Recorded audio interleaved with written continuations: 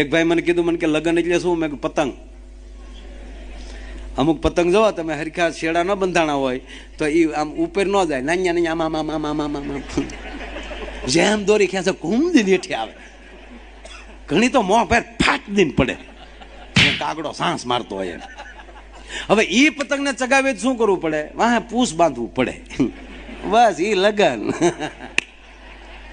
આપણો ભાઈ દીકરો કોક હોય ને અહીંયા કાવા મારતો હોય ગાડીઓ લઈને, પછી આપણે ઘણા કહે ને કે આ તાવડી તેરવાના મારશે અને પરણાવી ગયો, એ વાહ પૂસ. પછી એવી પતંગ સગે. પણ અમુક અમુક પતંગ સાહેબ, અમુક પતંગ છે ને લખણ ખોટી હોય ને ઢીબ્યા વગર રહે નહીં. કારક કારક ઢબે. તો એ શું ખબર? પછી એને લટકણિયા બાંધવા પડે. એ છોકરા, એક છોકરો આ બાજુથી બાપા, એક છોકરો આ બાજુ બાપા, ને એવી પતંગ હલવાય.